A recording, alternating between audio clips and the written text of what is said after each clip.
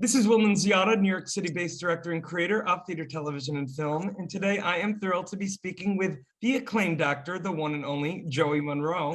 But before we get to our interview, here is a sneak peek at his incredible talent.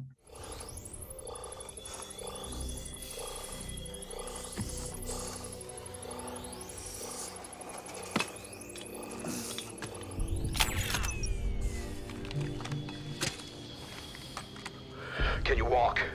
I think so.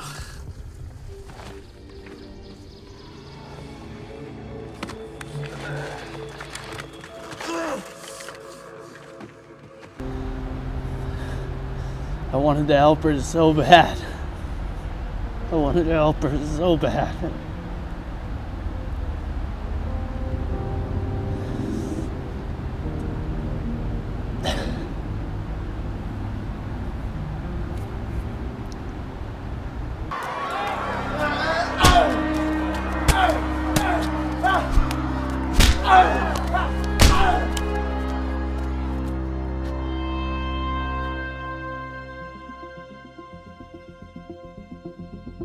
Well, hello, JOEY. How are you? I'm doing great. Well, thanks for having me. How are you doing? Doing so much better now that we are finally meeting after all these months with this interview on the books. And JOEY, the audience got a little sneak peek of your incredible talent. JOEY, I feel like you must get this a lot, but you know, you look like so many movie stars, but yet you're so authentically you. Is that the weirdest thing that's ever been told to you? Do you get stopped a lot? Like you're like, you remind me of. Okay, always, but it's not, it's not movie stars though. It's everybody comes up to me and says, you look just like my cousin, or you look exactly like this person I know. I look like somebody that everybody knows. It's hilarious. It's literally JOEY, every day I get it. But JOEY, look at, you have an everyman quality to you. And I think that's great. And I think of, you know, obviously the actors and the actresses in our business that have the longest careers are the ones that at the end of the day are chameleons, because at their heart and foundation, they're the most relatable. Where do you think that relatability comes from? I mean, obviously you're a person that doesn't seem to me to have like a huge ego, very grounded, very humble. Is that from growing up, your parents, your environment, mindset, what? Yeah, I'm from a small town, and when I say small town, people kind of have different versions of a small town. I'm from a town of 800 people, like a small town. Like literally, you can fit my town wheel in a gymnasium.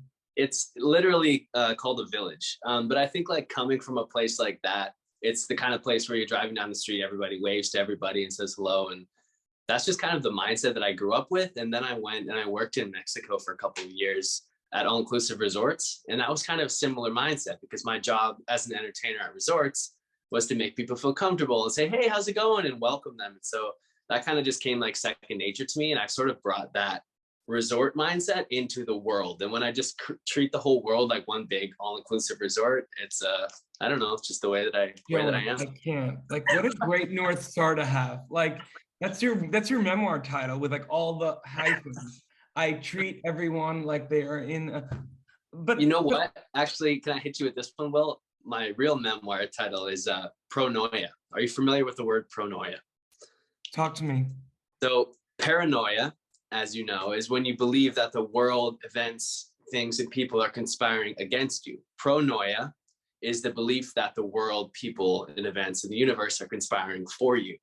So that's how I live my life. It's pronoia. Everything it comes from tragedy as well, I think. When you have tragedy in your life, it puts things into perspective, and pain is pain. Whatever people go through, for them it's their source of pain. And for me, I've had certain tragedies in my life that have kind of put things in perspective and made me realize that like even the most horrific things that you could possibly imagine happening in your life, they literally are the reason why you're at where you're at, and they create all of the things that are in your life now. So you can't look at those as things that are going to take you down or stop you or, you know, make you feel bad about yourself, because it's pronoia. They happen because they're supposed to happen, and they brought you to where you're at. And that's just kind of how I like to. I freaking love it. And this is on your, you have this on your social media handles too?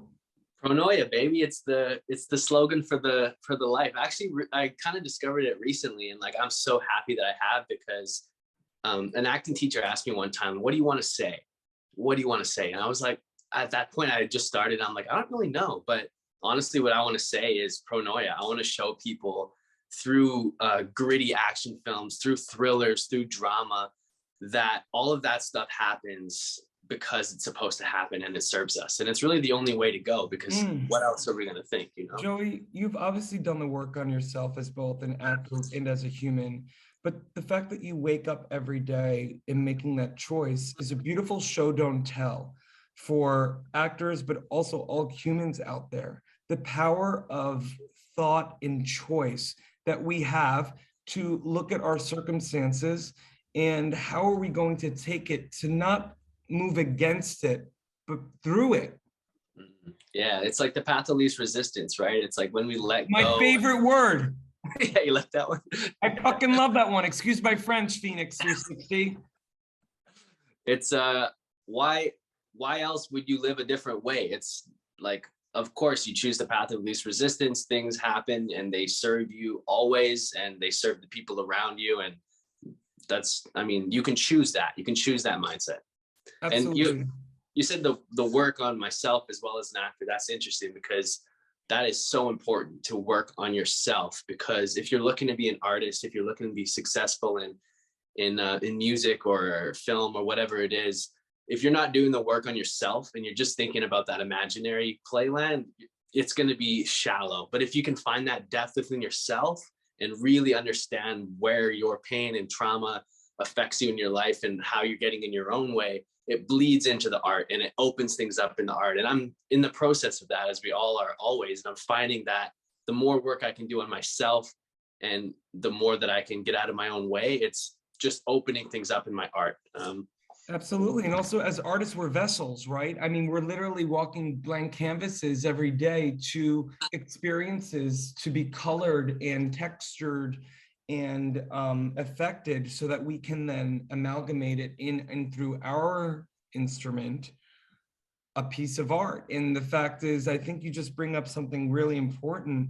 That's a good reminder for everyone out there, artist or not. I feel like though everyone is an artist in their own way, in their own creative, in that I think that in this time of dis-ease, there's an opportunity to really investigate in our lives the superfluous, and just to get to the things that matter. Yeah, because that allows us to get closer to the people around us. Like, the more we can know ourselves, the more we can connect with the people around us, I believe. And in turn, the more that we can connect with an audience, which for me is like my North Star, to be able to affect as many people in the world as I possibly can through, shining my light, or whatever you want to call it. Well, you are such a star, Joey. I mean, I love that we literally had the whole interview about philosophical shit, but it is so important, because it isn't shit. It's the crux of why we do what we do. And look, before I let you go, I want to let everyone know, for more on the incredible Joey Munroe, you can read more about him right below this video. Joey, I literally cannot wait to work with you. Selfishly, I'm going to put it out there publicly. I think that you're a very rare human who is able and has done the work on truly getting as clear as possible with themselves, for the good of not only themselves, but for others, to spread their gifts that they know they've been given, and to just give it away. I just think it just rings so authentic and genuine, and it's really, really powerful. Well, it's a work in progress, but coming from you, the Broadway director, I appreciate it, because I know that you've seen a million people in this whole thing. So thank you a lot.